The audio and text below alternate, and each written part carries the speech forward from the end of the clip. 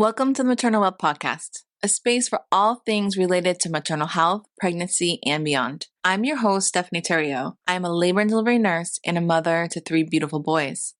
Each week, we dive into inspiring stories and expert insights to remind us of the power that you hold in childbirth and motherhood.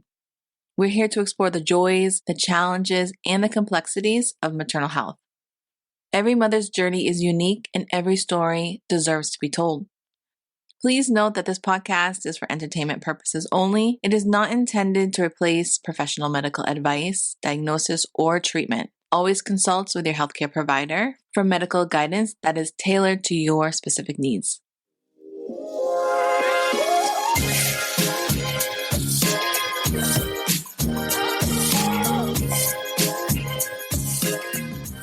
In this week's episode, I have a wonderful conversation with Jade Lomax, a proud mother of 3 boys living in Australia. We first connected when she shared a heartfelt post highlighting the disparities in how a wife's effort behind her husband's business and financial successes are often overlooked. It was a meaningful discussion that I think you will find inspiring. Our conversation highlights the essential efforts women and mothers put in daily to keep a household running smoothly. Jade shares with us her unique birth stories for each of her sons, giving us a glimpse into her experience. The bond we mothers share with our children is truly special and constantly evolving as they grow. It's a reminder of the love and the dedication that shape our journey as mothers. Without further ado, let's get into it. Hi, Jade. Welcome to the Maternal Wealth Podcast. I'm so glad that you're here. Hi, Stephanie. Thanks so much for having me. I would love for you to start by sharing with us a little bit about yourself before you became a mom. Sure. So before I became a mum, I was overseas traveling. I went to university to become an accountant, and I did my graduate year as an accountant, and I hated it, and I just wanted to travel, and I probably wanted to travel coming out of high school, actually, and never did because I just thought I should go to university and I should get my degree first and all of the things. So anyway, once I graduated and didn't enjoy accounting, I decided to go overseas. So I moved to London and I stayed there for 4 years and traveled. And then I basically came home because I didn't have a visa anymore and I couldn't keep staying there. And so I came home and then I just stayed home with my family over the summer. I just wanted to have the summer off because I'd been away for 4 years and I wanted to catch up with everyone. And my husband, I actually went to school with. I grew up with him, so I already knew him. And when I got back from overseas, we reconnected and then, started seeing him, got back into accountancy actually to earn some money. And then, after about 2 years of dating my husband, then we fell pregnant with our first. So yes, before I had kids, I was basically just traveling. I'm curious, when you were in London, were you working as an accountant or were you trying something new? Yeah, I did to begin with for the 2 years that I had my visa. I worked, office jobs, and then I ended up in a job that I was recruiting pilots for airlines, which I actually loved at that job. And I moved to Dublin to Ireland for 12 months because I could get a 12-month visa in Ireland for work. So I did that. And I really loved that job actually because I've always loved travel and I wanted to be an air hostess when I left school, but I was too tall. I'm 6 foot tall and that was too tall. Actually, apparently it still is. They still have that rule. So I couldn't become an air hostess. So I really loved that job. But then my visa ran out for both countries. So I ended up working for elderly people, just looking after them, getting paid cash. Through some friends, I had a lot of girlfriends who were nurses from Australia who were living in London at the time. And that was the kind of work they did because it paid really well and you got paid cash and it was flexible. You could still do lots of travel. So I ended up kind of going into that for a bit at the end just to be able to stay in London, actually. So then when you got back to Australia and you rekindled your relationship with your husband, you fell pregnant with your oldest. Mm-hmm. Tell us about your decision, whether you decided to have an OBGYN or a midwife. Did you have a home birth? Were you in the hospital? Share with us a little bit about your birth story with your oldest. Yeah, so in Australia, you have to have private health insurance for 12 months before you can have a private an obstetrician. You can actually pay for it, but it's really expensive. So having a private obstetrician wasn't something that we were in the position to do at that time. So we were planning to have him at the local public hospital. And yeah, it's actually interesting because it wasn't until I fell pregnant that then I just had this strong intuition that I could just trust my body the whole time, that I didn't need a private obstetrician to be able to guide me through that. The whole time I actually felt in complete trust of my body and my baby and how the process would all pan out. So he was actually due on the 19th of December, and at about 20 weeks, they said, "Do you want to book in for a cesarean?" And I said, "No, why would I do that?" And they said, "Well, it's very close to Christmas, so why don't you just book in so that you don't have a Christmas baby?" And I was mortified. I was like, no, I would never do that. I trust my body and my baby, and when he is due to arrive, he'll arrive. And so we didn't book in for a cesarean. Yeah, so just went through the public system in Australia, which is pretty just kind of basic, I guess. You see a different midwife every time you go to the hospital, and you don't know who you'll have on the day. It's just sort of whatever obstetrician is sort of rostered on that day. But that kind of didn't worry me at the time because I just trusted myself more than someone external, which I found interesting being my first baby, but I was just fully trusting in the process, I think. And then, of course, Christmas Eve, I got into bed and I was thinking, yeah, I'm feeling good. I'm pretty sure I'm going to make it to at least Boxing Day. Got into bed, woke up at about 2:30 Christmas morning with some pains in my stomach, and I thought, oh, I'm not feeling very well, and was just laying in bed. And then after a while I thought, oh no, these pains are coming in waves. They're actually contractions. So started timing contractions. I stayed at home until about 7:30 a.m. And my contractions by that time were 4 minutes apart, and my husband was stressing because we'd been told, but if you're 4 minutes apart, you should be in hospital by now, and blah, blah, blah. So he got me in the car to get to hospital. And then it was quite quick from when we got to hospital, I guess. My waters broke at around 9 a.m. And then he was born about 20 past 9 on Christmas Day. So yes, I did end up with a Christmas baby. Whoever was the woman who was trying to schedule you for the C-section, the elective C-section, she jinxed it for you. Yeah, because I was thinking that would never happen to me. I would never have a Christmas baby. And then here he came. So yes, but I loved his birth, and I didn't have any interventions. Actually, no, he ended up in the last few minutes. They said his heart rate is dropping. So they used the vacuum to get him out in the end on his head. But yeah, I didn't have any drugs to intervene. Yeah, and it was good. I loved his birth so much. And then I found when I joined a mother's group, no one had had the same experience. And a lot of women were just like saying how bad birth was and how horrendous it was. And some had even booked in for cesareans because they didn't even want to bother trying. I remember just listening to all of these women and thinking, wow, I actually had such a beautiful, positive experience. And I couldn't believe that there were so many that didn't have the same, or just their view of it before going in was that it was going to be terrible and painful and horrendous. And so that's what the experience was. It's nice that you are sharing your story. There are so many stories out there, women having traumatic birth stories. And We need more positive ones, women who go into the pregnancy believing in their body, believing in the process and their baby, and putting that out into the universe. Nothing is ever guaranteed, but if you put the goodness and you put the belief and even with my patients, I tell them like so much of labor and birth, it's your mind, your body, and your soul. It's all connected. And you have to believe in yourself. Yeah, I know. I do remember thinking like all through that labor that I was outside of my body. Like it was like my body was just doing its thing and my mind was just kind of watching.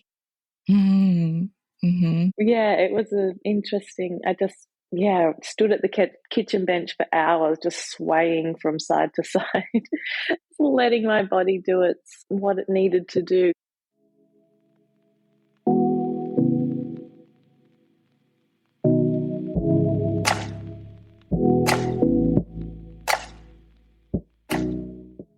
We paused this episode for a quick message from our sponsor. At Maternal Wealth, we aim to ensure that you have access to the best and the most appropriate care. That's why we created a maternal healthcare provider database. Maternal health providers can easily create profiles to promote their services and business, helping to increase access for those seeking their care.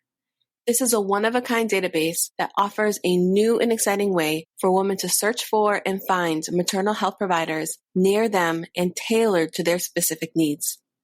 Profiles feature badges that highlight various services such as TOLAC-friendly practices, all-female practices, LGBTQAI+ inclusivity, language options, access to vaginal breach services, and more. Additionally, be sure to check out our Not Your Average Birth course. In this course, I discuss the variations that exist in hospital practices based on policies, staffing, and budgets, all of which can directly affect your birth experience and outcome.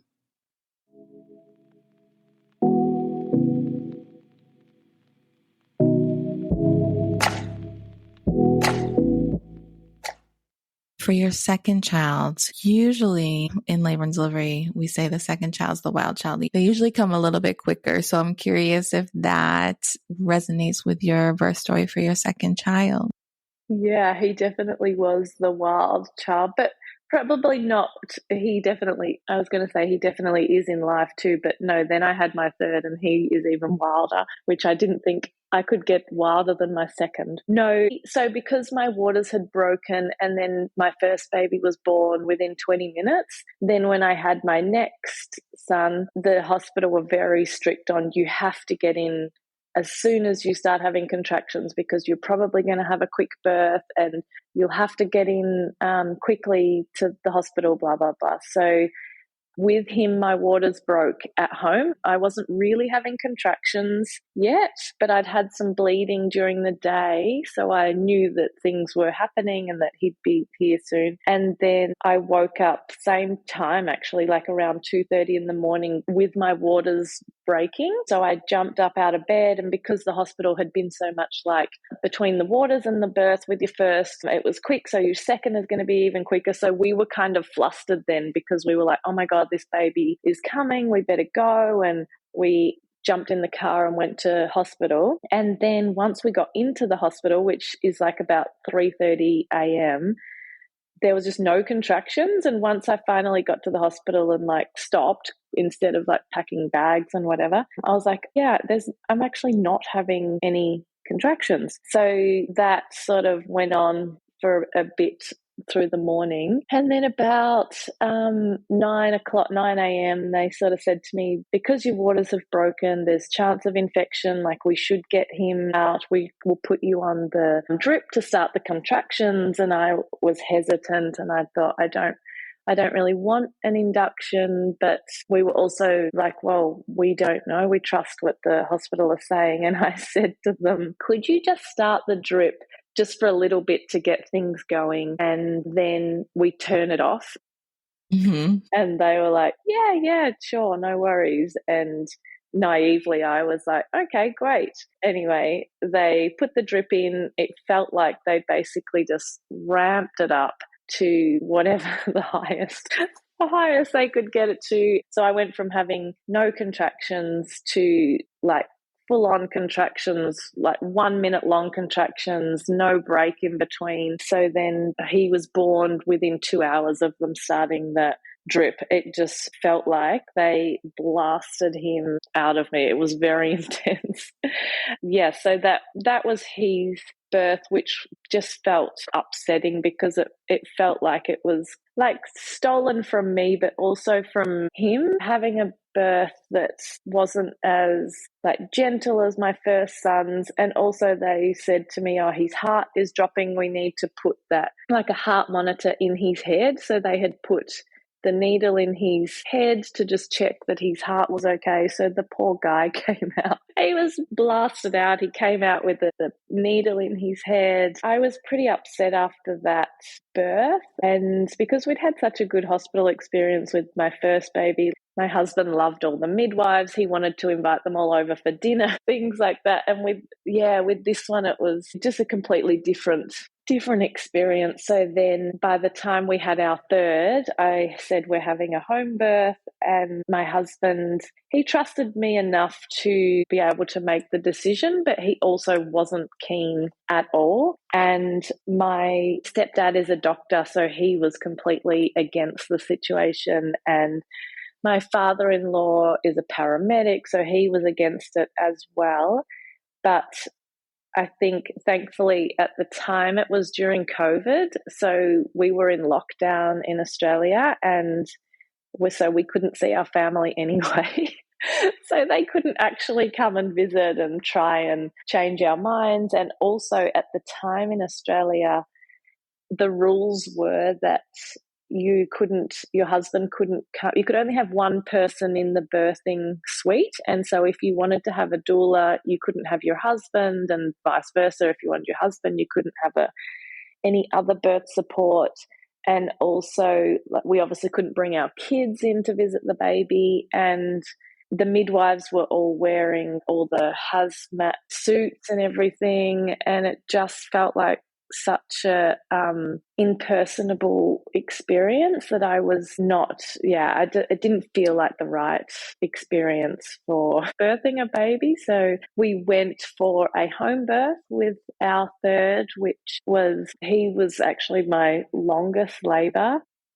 And it started early in the morning as well. I think I started with contractions probably around the same time, 2 a.m. And we called the midwives, but they had been at another birth, so they weren't close by. And I actually wasn't too concerned about that, but my husband was stressing that we didn't have a midwife at the time, but they turned up. It's interesting because they didn't turn up until I think about 7:30 in the morning. And then once they turned up, then my body started having more regular contractions. So it was kind of like I was actually holding on until they had arrived.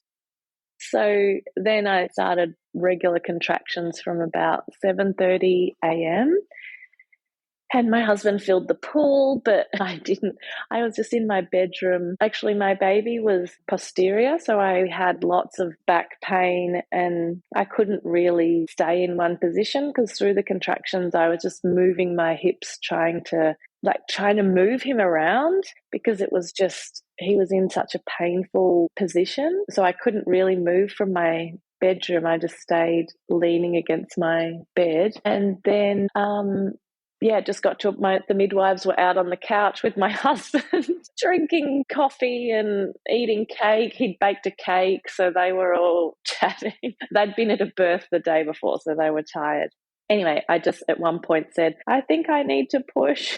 The midwives came down, and then, he was born within like 4 minutes of pushing. So, that was such a beautiful experience.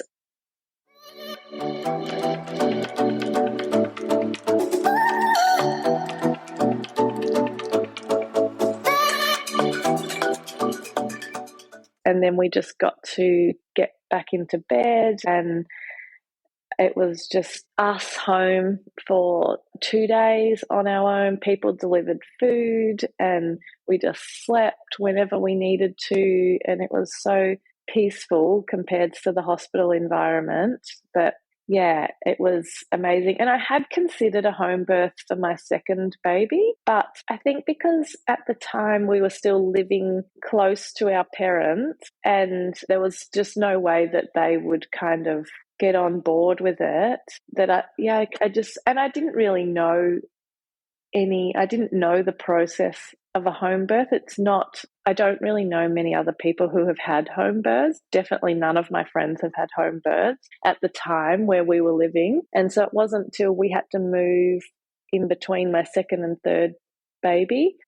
And then I met more midwives who had had home births, and we're just in a different environment where our parents weren't as influential over our choices. That was his birth. But yeah, the home birth was probably by far the best. But then I probably wouldn't have had my first at home because it was my first, and actually wouldn't not have even been aware that it was an option, to be honest, back then, because I don't know, I was probably one of the first in our friendship group also to be having a baby. So I didn't have other girlfriends to talk to it about.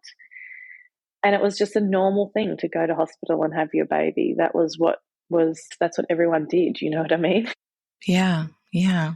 I love the fact that you had 3 completely different birth experiences and you got to experience your first in the local hospital with the midwives with no interventions except for, the vacuum at the end. And then you had the Pitocin and you could see how the Pitocin interacts with your body and how it produces the birth of the child and then a home birth. So you really have like a full spectrum of what birth can look like. And I think that's really cool.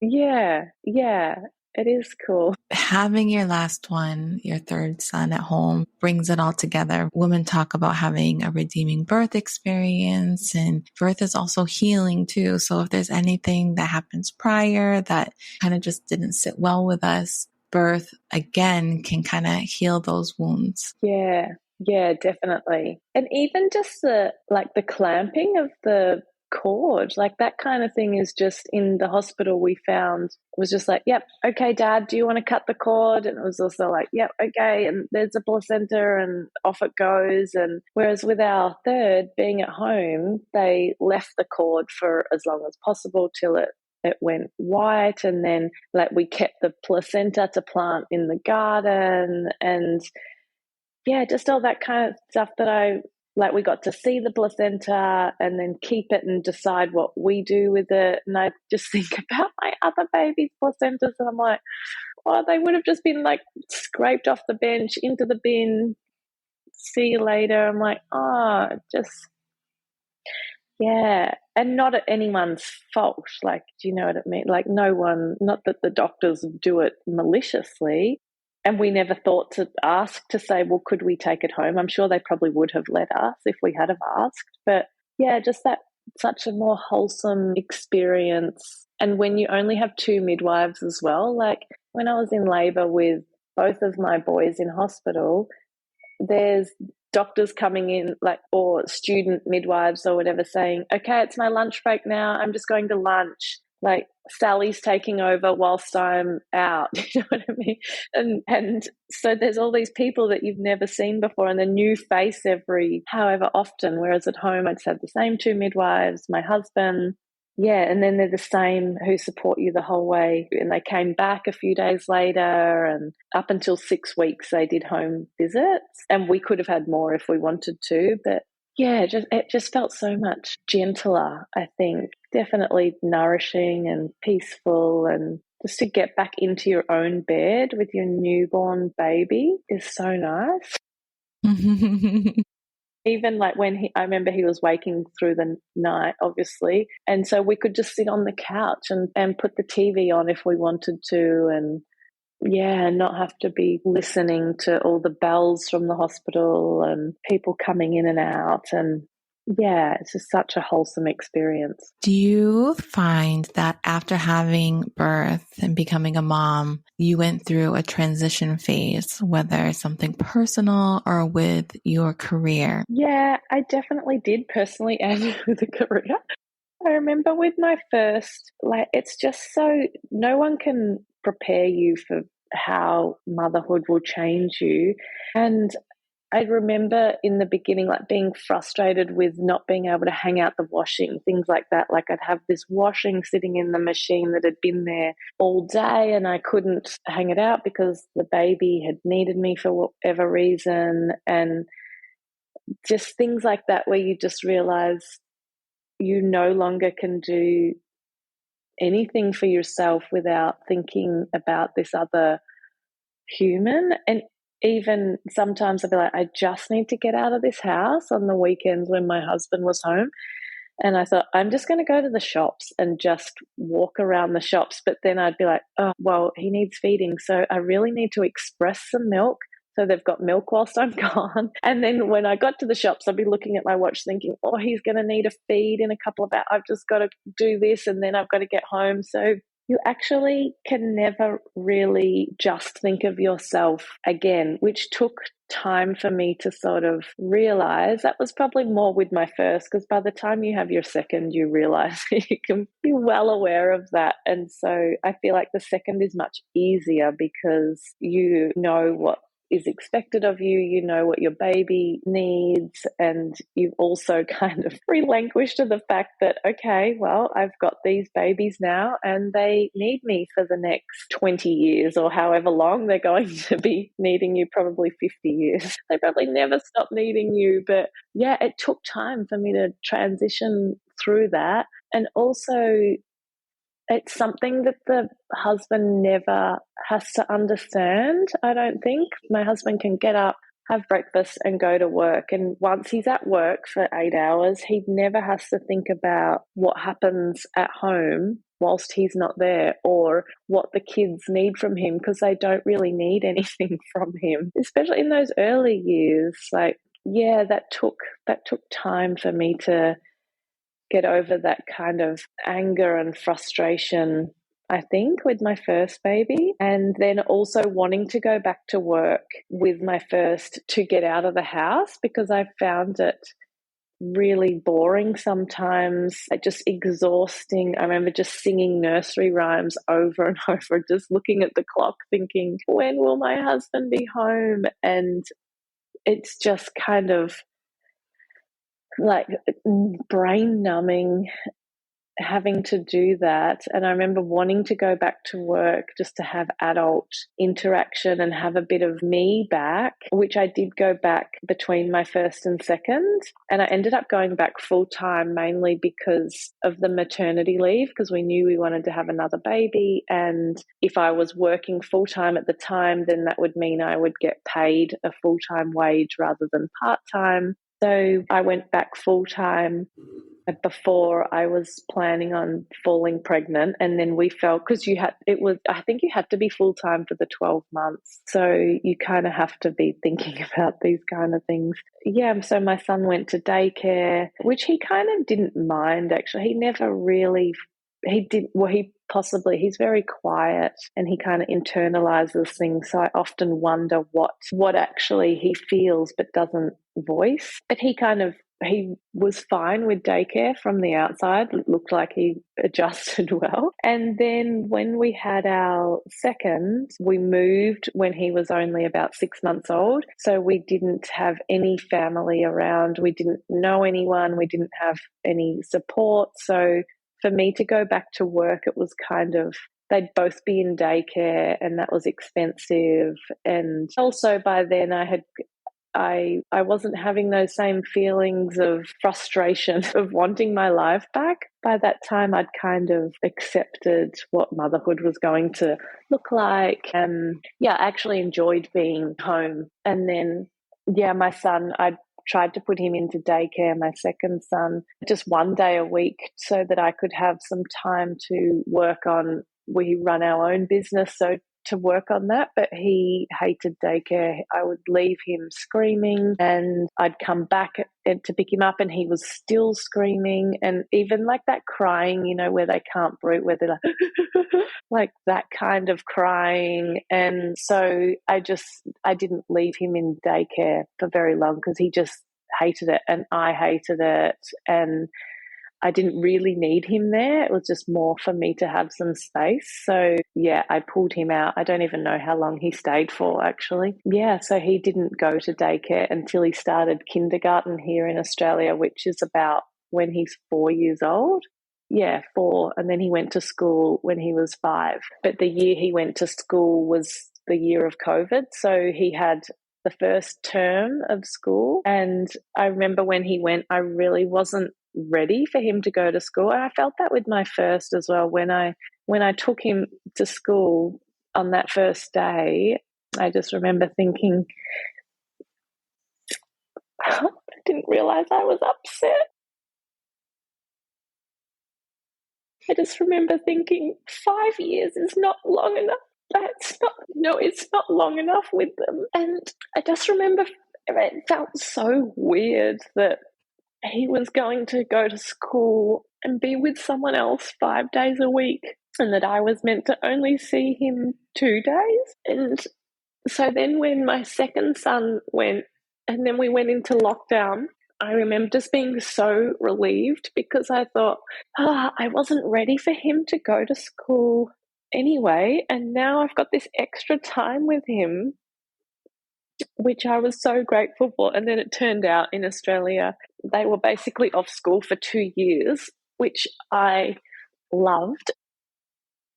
I loved having them both home. And then in that time, we had our third baby. So then we had like the 3 of them home, and like they didn't love homeschool. We actually didn't really do the homeschooling. The school would send stuff, but the kids hated it. So my youngest, he was only 5 anyway, so he did nothing, probably for none of the schoolwork for 2 years. And my older son, he would do just like maths and English basically and send in his work and whatever, but he didn't really love it either. But after those 2 years, so by then they are now like 7 and 10, and they were desperate to get back to school just to see their friends. And I wanted to homeschool them after that. It's also not really, there weren't many families doing it, and we tried it for a bit with some other families, but it just didn't really work for my kids, and they were desperate to see their friends. So I basically just sent them back to school.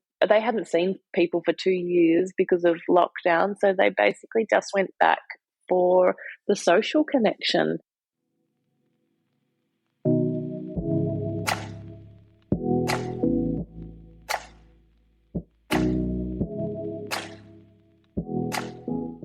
It's tough because I would homeschool them all if they wanted to be home, but they don't want to be at home. They want to be with their friends. And now my eldest, he's 13 and he's in high school, so he loves going to school. And my other son, he hated school, but he wanted to be with his friends, and he'd get into a lot of trouble at school because he wouldn't listen because he was so bored. And he was in a class of 30 kids, so there was a lot of noise and he couldn't concentrate.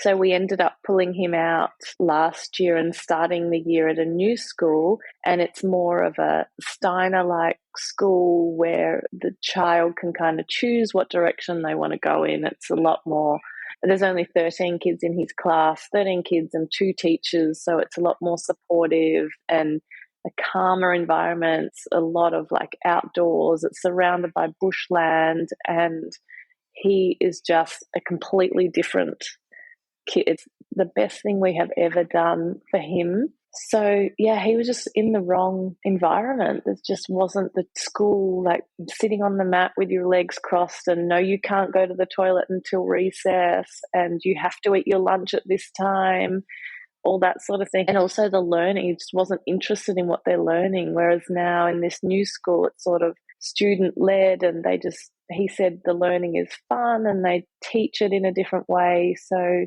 yeah, he's just thriving in this new environment, which is great. But yeah, so with my third baby, I never went back to work. So I've had him at home the whole time, which I have loved. And but because I was at home and not working, it meant my husband had to work more. So he has an employer, but then he we started our own, he's a winemaker, so we started our own wine business just to earn more money to cover for my wage. And then he started making barrel racks for the wine, which is these metal racks that the barrels in the winery stand or sit in on top of each other, stacked on top of each other, because he found there was a hole in the market. So he started doing that with one of my cousins, who was a boiler maker, they call it in Australia, a welder.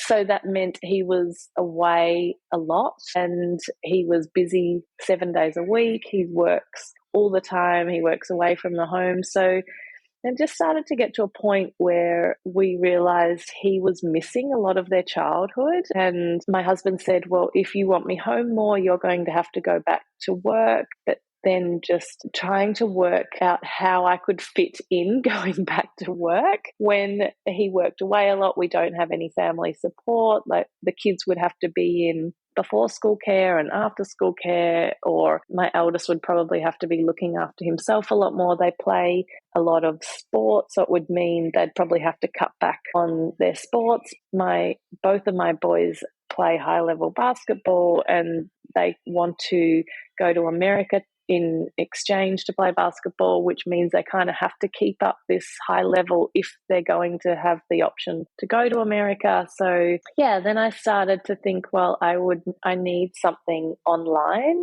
if I'm going to go back to work. And I ended up finding something about 12 months ago online that means I can just work my own hours and work in around my kids. And yeah, that just became more important, that something had to fit in around the kids, and also working for ourselves too, like not having a boss that we had to ask for time off or feel guilty if the kids were sick and we wanted to be at home with them. I remember as a kid being sick and my mum having to leave me at home on my own. She would still have to go to work and I would be home on my own, and I didn't want to have to do that to my kids. So yes, motherhood has definitely changed the way that the direction my career went in, and probably the choices I wouldn't have made, I guess, if we didn't have kids, but that we did make because they were beneficial for the kids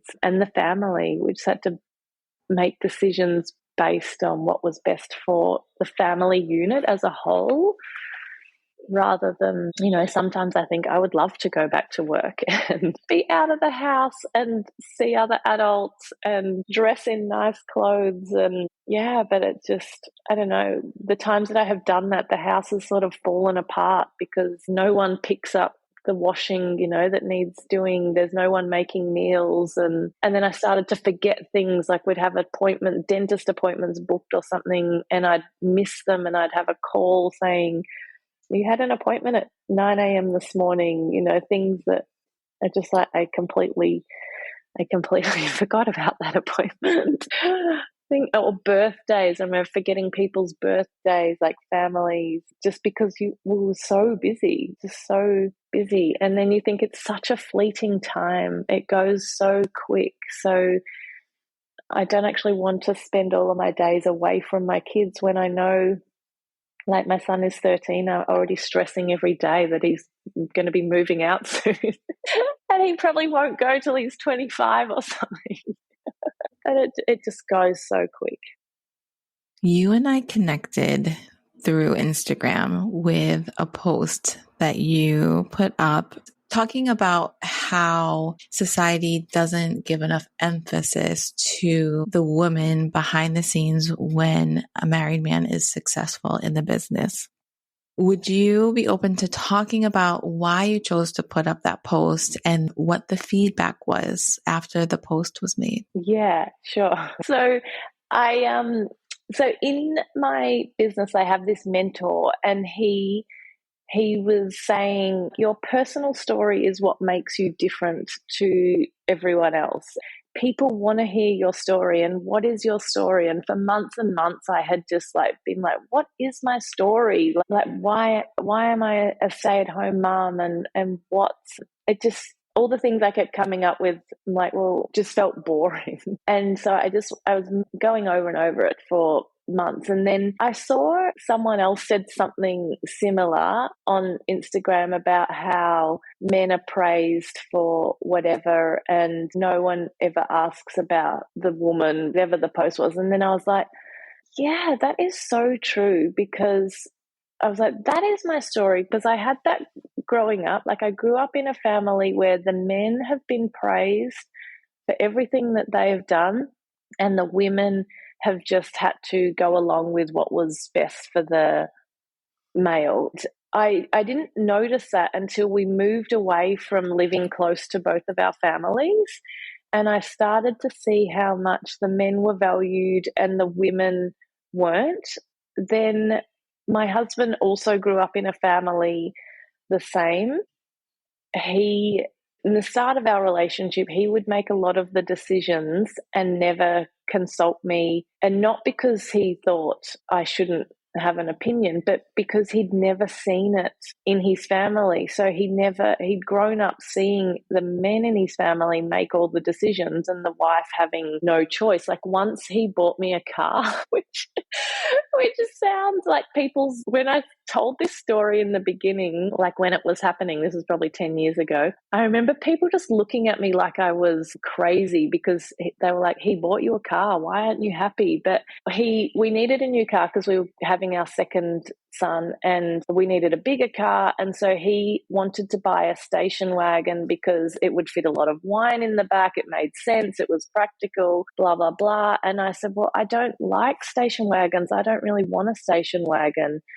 And there was kind of never a discussion about it, because I don't think he had ever seen anyone having a discussion growing up. So it was just sort of, he just kept looking for this particular car that he wanted. And I just kept saying, I don't really like those cars. I don't want to drive that car. I'd prefer to choose something that I like. And he ended up going to look at this car with his dad, which kind of made it even worse, because his dad just has no respect for women. And so it kind of made it worse that the two of them went together, and he ended up buying it and then bringing it home. So a car that I had never seen, I never test drove it. I never said I wanted that car. I had voiced that I didn't want that car, and he went and just bought the car anyway and traded in my other cars, and we then had to work on a lot of that through our marriage, where I was like, I don't want to be in a relationship where my husband makes the choices for me. And he was kind of like, yeah, right. Like, it had never crossed his mind that I should have an opinion or that I would want an opinion. So anyway, then when I started looking back, I was like, yeah, that is my story, where, like, all through my life I have been silenced because the men in my life are more important. And anyway, so then I created this post, and as I was writing it, I was like feeling like, yeah, this is what has happened all through my life, because I felt like I'd finally landed on the piece that my mentor had been saying for months, like, what is your story? What is your story? And the post said, my husband is praised for all the awards he wins, because he does win a lot of awards with his winemaking. And no one ever asks what I gave up, my career, like my super fund, life for my kids, my identity. That no one ever asks what the female gives up in order for the male to win these awards. All the months I've spent alone with my kids whilst he's working. And yeah, the post went viral. There was like 4 million views within 24 hours or something. And there's like 25,000 likes, and I couldn't even keep up with the messages in my inbox or the comments on the post. But then there's so many women that were saying, my gosh, yes, this is my life, and thank you for saying that. And women messaging me saying, Jade, I am living in a third world country for my husband's career right now. I'm raising 2 kids on my own in a country I don't speak the language. And yeah, just so many stories. But then so much hate from men. I got so much like people telling me that I should drive into a tree. Next time you get in your car, make sure you drive into a tree. so we don't have to listen to you again. Like people finding my husband on Instagram and sending him personal messages, people saying, do you need a divorce lawyer? I hope your husband leaves you for someone younger and hotter. And like, it was so intense, like people calling me the worst. Like, I don't swear very often, but like words that I would never even use. It was so bad. People saying, you are disgusting, you should not be near any male. Yeah, it was pretty intense. And so I ended up deleting the post because it was causing me so much anxiety. And also because it's a business page, I was losing all these conversations that I could have been having with women that I could support because I just couldn't find them in amongst all these messages. And then also people abusing each other on the post. Yeah, it was really intense, and I just felt the message got so misconstrued. Like people were saying, I bet your husband doesn't even know you've posted this, and I wasn't even replying because I thought it takes me 30 seconds to a minute, 2 minutes, however long it takes to reply. And if I added up that over thousands of messages that I had, that is time that I would have preferred to walk along the beach with my kids, spend time having a coffee with my husband. Like, there are so many more important things in my life than replying to messages from these people who don't know me and who just misconstrued what I was trying to say. Yeah, it was intense. It was very intense. But at the same time, I'm like, there's obviously women out there who feel the same as me, who they're the ones that I want to support and help and get the message through to, that it doesn't have to look like that. And also, your relationship doesn't have to end up in divorce. Like, I could have gone down that path for sure with my husband if he had have not realized that my opinion was valuable and that my dreams should be considered as well. But thank goodness he was open enough to just be like, yeah, right, didn't know you needed to have a voice in our marriage. It was baffling to me, but yeah, and I just want other people to realize that as well. I think that it doesn't all have to end in divorce. It's not like attacking. We don't all have to attack each other. Yeah, so that post. I want to ask you, on your Instagram page, you have written, for moms who won't wait another decade. What do you mean by that? I mean, I just don't want women to wait until the kids have grown up. I don't want them to think this is the season for my kids, and once they move out, then I'll look for something for myself. And even for their marriage as well, I don't want couples to be waiting until they're 60, 65, 70 to think that is when we're meant to spend time together.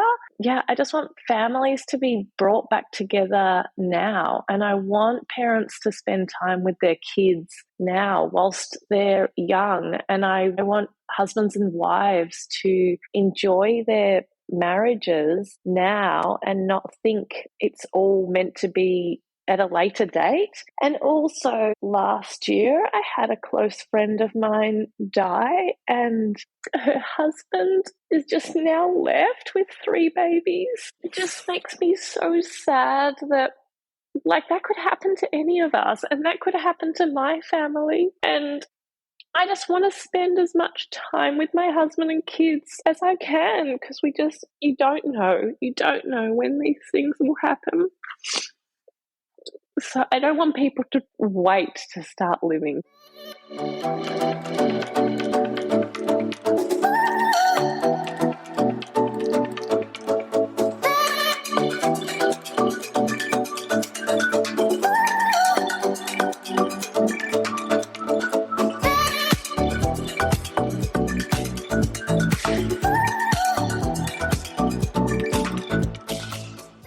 Your message resonates across the globe.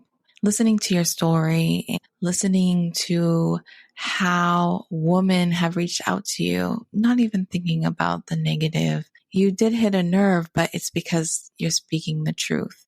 It's fascinating to me that you are able to speak a truth and have it resonate with women all across the globe, because there is interconnectedness in being a woman and being a mother. And so many times the focus is on what separates us and how we're different. And when it comes down to it, what you speak of, motherhood, marriage, being a wife, careers, decisions we have to make, life and death, it's all connected. It's really beautiful what you're doing. And I think that's why so many people resonate with your message. Thank you. Yeah, it is just so amazing, all the messages I get, like you say, from all around the world. And we're all just the same, doing the same thing and wanting the same thing. Yeah. And that's the amazing thing about social media now. We can connect with like-minded people from anywhere. Amazing what the internet has opened up, actually. Jade, it has been such a pleasure chatting with you today. I want to thank you for being open and vulnerable and sharing your story with us. I really appreciate you taking the time out of your busy schedule. I know you're with your 3 sons and your work and motherhood and life. So I really do appreciate you taking the time and trusting me to sit down and have a conversation. Yeah, thank you, Stephanie. Thank you for asking me. Thank you so much for reaching out and inviting me on. It's been great to talk to you. It's been a pleasure. Thank you.